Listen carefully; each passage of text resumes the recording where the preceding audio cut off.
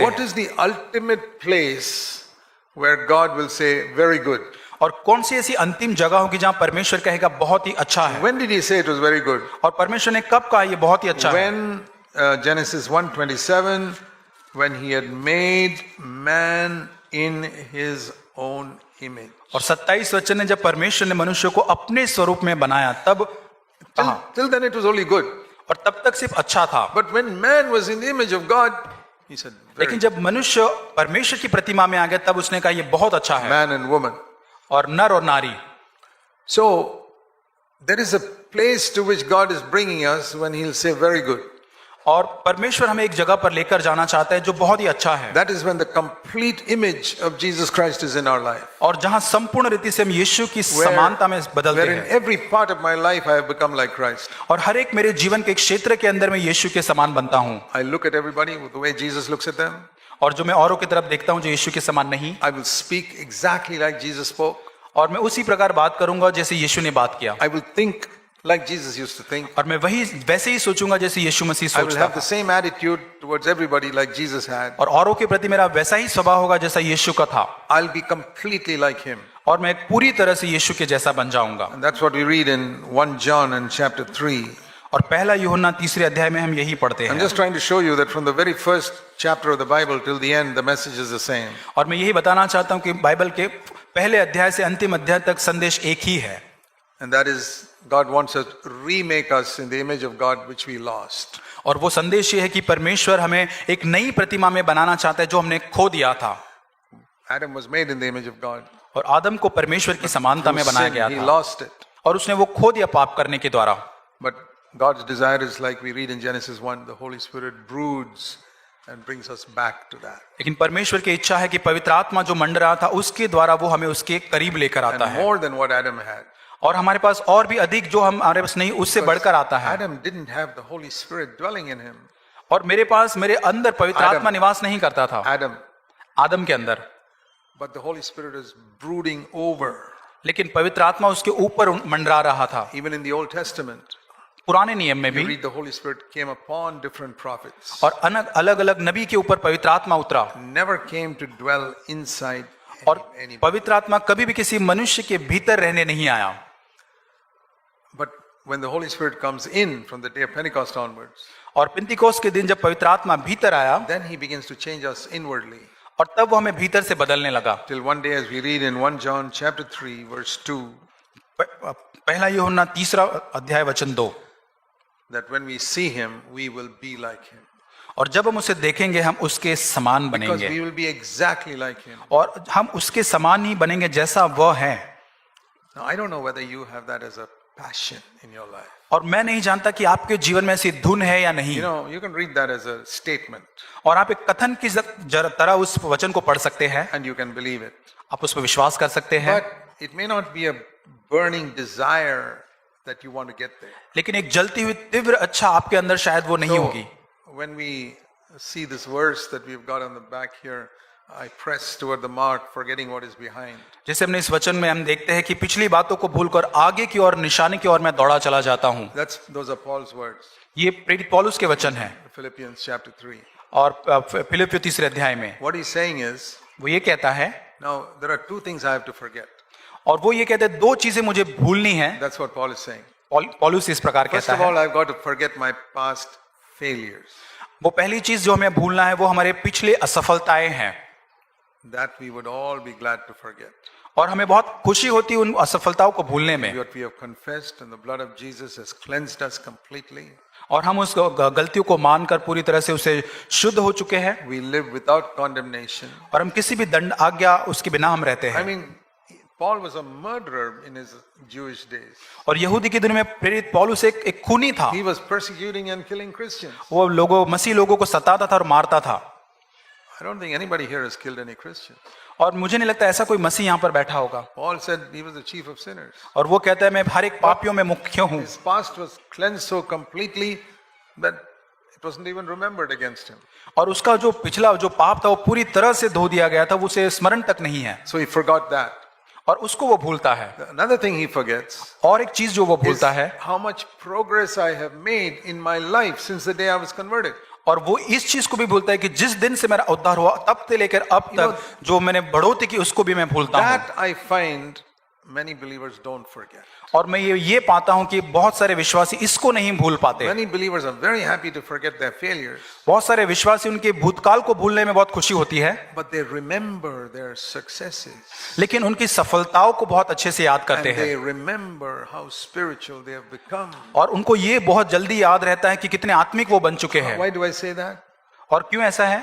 Why do I say that? और मैं क्यों ऐसा कहता हूँ? Because क्योंकि I find that they compare themselves with other believers and think I'm better than them. और वो अपने आप को और मसीही विश्वासी के साथ वो तुलना करते हैं कि वे और भी बेहतर है। Haven't we all made that mistake of comparing ourselves with some others? और क्या हमने ये गलती नहीं की कि हम अपने आप को और विश्वासी के साथ तुलना करते हैं? And do you compare yourself with another, comparing your failures with their failures? और क्या आप अपनी असफलता को औरों की असफलता के साथ आप क्या तुलना करते? नहीं करते। What you compare is how spiritual you have become compared to the other person who you think is not so spiritual. और आप किस चीज की तुलना करते? आप अपनी आत्मिक उन्नति की तुलना और विश्वासी के साथ करते हैं। And you don't realize that that attitude is like a chain on your leg that prevents you from moving forward. और आपको ये समझ नहीं आता कि ऐसा स्वभाव आपके पैर में एक जंजीर के समान है जो आपको आगे बढ़ने से रोकता है। So we have to forget not only our past failures, we got to forget how far we have progressed in the Christian life. केवल हमें हमारा भूतकाल नहीं भूलना है, लेकिन हमें जो जितना हम मसीह जीवन में अब तक आगे बढ़े हैं उसे भी भूलना है। You know how to be spiritually foolish? और कैसे हम आत्मिक रूप से मूर्ख बन जाते हैं? One way to be spiritually foolish is described in 2 Corinthians and chapter 10. दूसरा कुरिन्ती 10 अध्याय में आत्मिक रीति से हम कैसे मूर्ख बनते हैं उस बारे में लिखा है। It's very important to know that. I don't want to be spiritually foolish. और बहुत ही मुख्य बात है, मैं आत्मिक रूप से मूर्ख नहीं बनना I चाहता want to be wise. और मैं बुद्धिमान होना So I चाहता हूँ want to avoid every type of foolishness. और मैं हर प्रकार की मूर्खता को अलग करना And चाहता one हूँ। type of foolishness is mentioned here. और एक प्रकार की मूर्खता यहाँ लिखी है 2 Corinthians 10 and verse 12. दूसरा कुरिन्ती 10:12। We are not bold to compare ourselves with some others who commend themselves, because when they measure themselves with each other and compare themselves with each other, they are without understanding.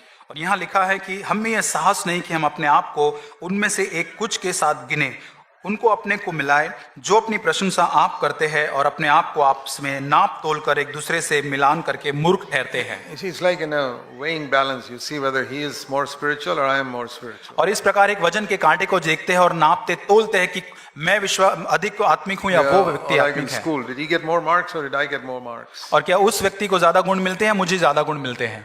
So he says, if you do that, you're foolish spiritually. और यहाँ पे लिखा है कि अगर आप आत्मिक इस तरह से करते तो आत्मिक आप मूर्ख हैं। That is a mark of pride. और ये एक चिन्ह है घमंड का। If you think the other person is less spiritual than you, you become proud.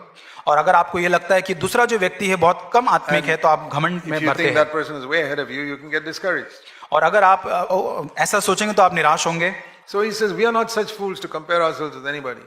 और हम ऐसे व्यक्तिगत मूर्ख नहीं बनना चाहते अपने आप को औरों के साथ तुलना करके। And you know, when we want to press towards the mark, towards God's highest, और जब परमेश्वर के उच्चतम स्तर तक अगर हमें आगे बढ़ना है we have to forget not only our past failures, but our past successes as well.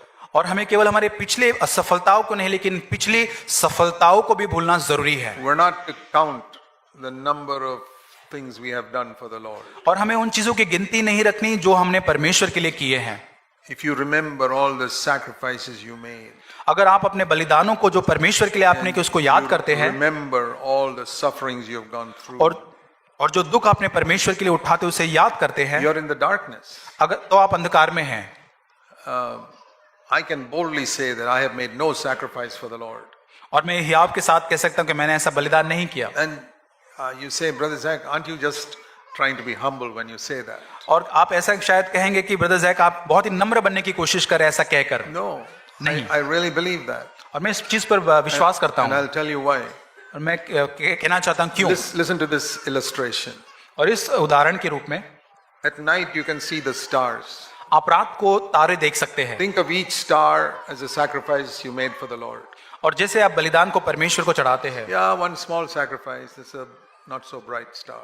और छोटा सा बलिदान है जो इतना ज्यादा तेजस्वी नहीं दिखता नहीं, That's the picture of a small sacrifice. और वो एक छोटा सा तारा जो है एक छोटे Then some बलिदान के bright, स्वरूप में bright है, star, which is like a big sacrifice you made. और एक बहुत बड़ा बलिदान अगर किया है वो बड़े तारे के समान दिखता है। You know, some of you have been thrown out of non-Christian homes because you love Jesus. और इसलिए आप घर से निकाल दिए गए क्योंकि कई लोग आपके घर से आपने यीशु पर विश्वास किया, That's a big sacrifice. I've never had to face that in my life. और ये बहुत बड़े बलिदान है जो मेरे जीवन में मैंने कभी इसको नहीं किया। I really respect every person who's come out of a non-Christian home and who's had to sacrifice the love of parents and inheritance also sometimes. और अन्य जाति से जो अपने परिवार को अपने विरासत को छोड़कर यीशु मसीह में आए उनके लिए बहुत आदर है, Because I never lost that. और मेरे पास ऐसा कभी That's नहीं a था, very bright star. और ये एक बहुत बड़े तारे के जैसा है। And like that, there are different sacrifices you have made for the Lord. और ऐसे एक बलिदान जो आपने परमेश्वर के लिए किए हैं, I can also think like that. और मैं भी इस प्रकार सोच सकता हूँ, I left my job in the Navy. और मेरे पास नेवी में Yeah, जॉब that था, looks like a star. Good. एक तारे के समान अच्छा था वो, But when लेकिन the sun is shining in the daytime, जब सूरज दिन में जब चमकता है, how many stars do you see? और कितने तारे आप देख पाते हैं, You can't even see one. और आप एक भी तारा नहीं देख You can't पाते, even see the brightest star. आप एक सबसे अधिक जो चमकता तारा भी नहीं देख पाते। What happened to all those sacrifices you made? और वो बलिदान जो आपने किए थे उसका क्या हुआ? They are there, वो वहीं पर है, but you can't see them. लेकिन आप देख नहीं सकते। When do you see them? कब आप उसको देखेंगे? When it becomes dark. और जब अंधकार होता है। That's what I've learned. और इसी चीज को मैंने If सीखा है। I'm living in the presence of the light of the glory of Jesus Christ all the time, और अगर मैं निरंतर परमेश्वर यीशु मसीह की महिमा के उस प्रकाश में जीता हूं, it's like living in the sunlight. और वो एक सूर्य प्रकाश में रहने I के समान cannot है, see a single sacrifice I have made for Him, even if it's a very big one. और अगर सबसे बड़ा अगर बलिदान जो मैंने किया है तब भी मैं उसे नहीं देख पाता।